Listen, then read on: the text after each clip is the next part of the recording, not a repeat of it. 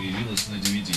Но затерянные высоко в горах метеостанции несут службу несколько человек. Однажды они перестают выходить на связь, а вскоре исчезают совсем. А руководство высылает на станцию спасателей, которые находят распахнутые настежь двери, еще теплые угли в котельной, неработающую радиостанцию и никого.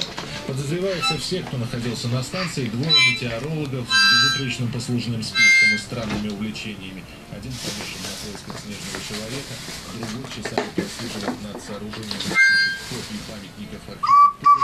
Есть еще помощник, 19-летний парень, Роман, умеющий исчезать и процент, что никто его не может найти. И есть еще два человека, появившиеся на метеостанции двое спелеологов-любителей.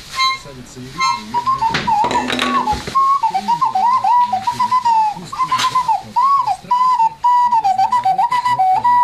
Хорошие актеры, так что можно смело рекомендовать. Прячься на DVD. Вчера ночью получили сигнал о помощи. Прилетели. А здесь никого. Старший метеоролог Иванов 10 лет безупречной службы на этой станции. Че?